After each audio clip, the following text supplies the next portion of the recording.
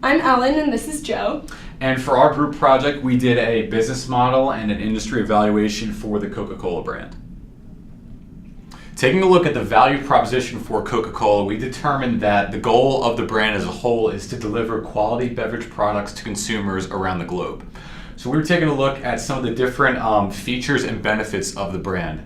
So first and foremost, Coca-Cola itself has a very powerful brand name. It's instant recognition no matter where you go around the globe. It also has widespread availability in terms of the products that Coke provides. No matter what country you're in, over 200 countries, you'll be able to find a Coke product, which leads to the feature of having a very easily obtainable product. There's also an extensive range of beverages for Coca-Cola, including Sprite, Coke, Coke Zero. So there are a lot of different types of customers that are attracted by the brand. And then lastly, the brand itself has outstanding product quality, which is sure to attract consumers.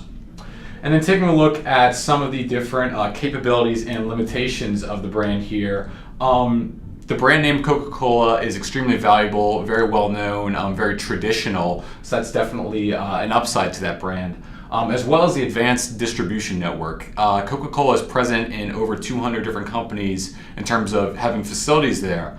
So it's very easy for them to reach all corners of the globe with their product. And lastly, just strong global presence in general, sort of going back to the powerful brand name.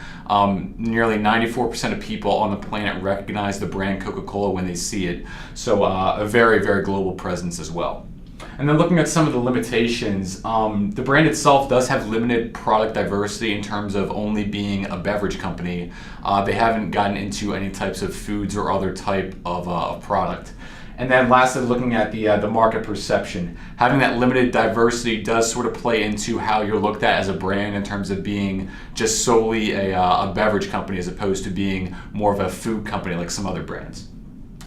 So speaking of other brands, we're taking a look at some of the competitors to Coca-Cola, and some of the main competitor is really PepsiCo, which in terms of revenue is definitely the closest to Coca-Cola. As you can see, about $62.8 billion of revenue in 2016. And then the other brand that is a competitor, a lot smaller revenue, is Dr. Pepper Snapple, which had about $6.5 billion of revenue in 2016. And sort of one of the advantages that PepsiCo has over Coke is that it has expanded a little bit into the food market. They've gotten into different chip brands like Lay's and Doritos, as well as Quaker Oats.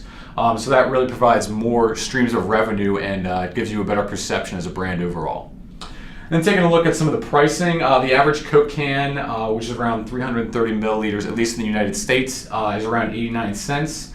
And Coca-Cola as a whole had $41.4 billion of revenue and $24.8 billion of gross income, which were both in 2016. So looking at a couple different contextual elements within the brand itself. So for economic, the global beverage volume sales was $906 billion.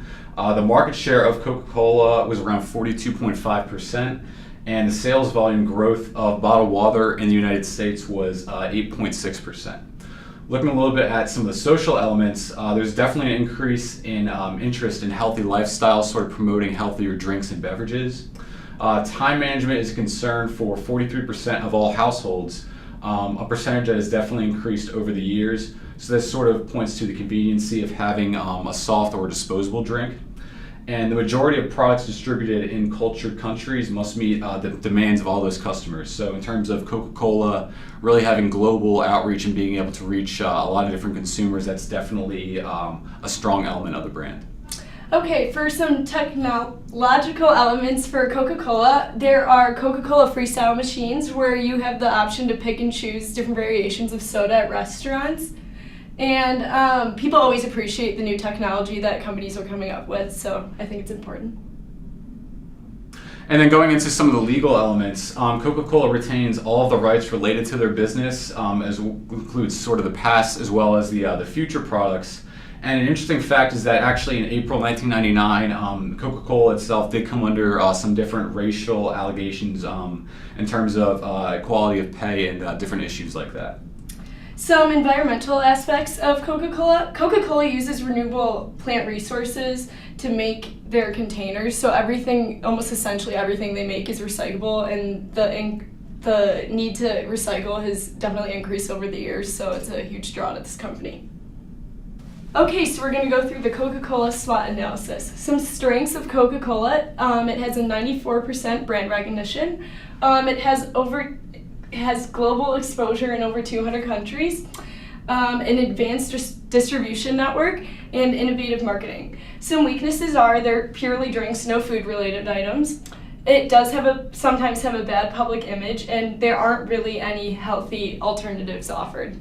And taking a look at the future, some of the opportunities for the company are to sort of move into that food market, developing different kinds of brands, sort of like PepsiCo, as well as develop healthier drink options, smoothies, things like that aren't as sugary, as well as finding new markets in terms of consumers and nations and really reaching different people throughout the world. And some threats for the future are resource scarcity, clean water. You need high quality water to make the beverage. So if that's ever, if there's ever a shortage of that resource, it's really going to impact the quality of the brand. Competitors expanding into the market like PepsiCo, maybe other brands will soon follow, as well as sort of the changing attitude towards soft drinks and the world sort of moving toward healthier alternatives. And taking a look at the overall company profile, Coca-Cola is the world's #1 provider of sparkling beverages, juices and juice drinks, as well as ready-to-drink coffees. And over 1.9 billion Coca-Cola products are sold daily, which is around 45% of the market share in 2015. Financially, $41.4 billion in revenue and $24.8 billion in gross income, both in 2016. In terms of growth of the company, the annual dividends have actually been increasing for 55 years straight, and the market is supposed to increase by around 3.5% over the next few years.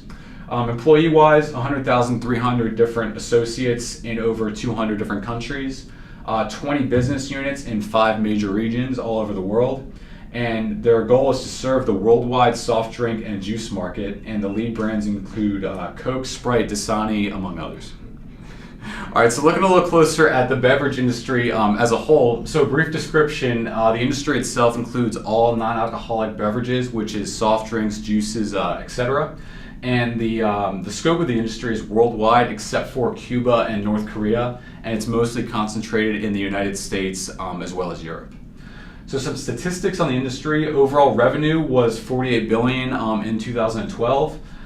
There are over 500 brands that are offered throughout the entire industry. Growth rate was about -0.5%, and the company growth rate for Coca-Cola itself is actually down 10%. But there's also hope that in the coming years, as more money is put into the industry, that growth rate is going to climb a little bit. Some characteristics of the beverage industry: bottling is capital intensive and low margin. Carbonated soft drinks are low volume growth products, and the life cycle of soft drinks are in its maturity stage, which means that they're still popular. Leading companies are PepsiCo, Dr. Pepper, Snapple, and its brands are Diet Coke, Fanta, Dasani, and Minute Maid.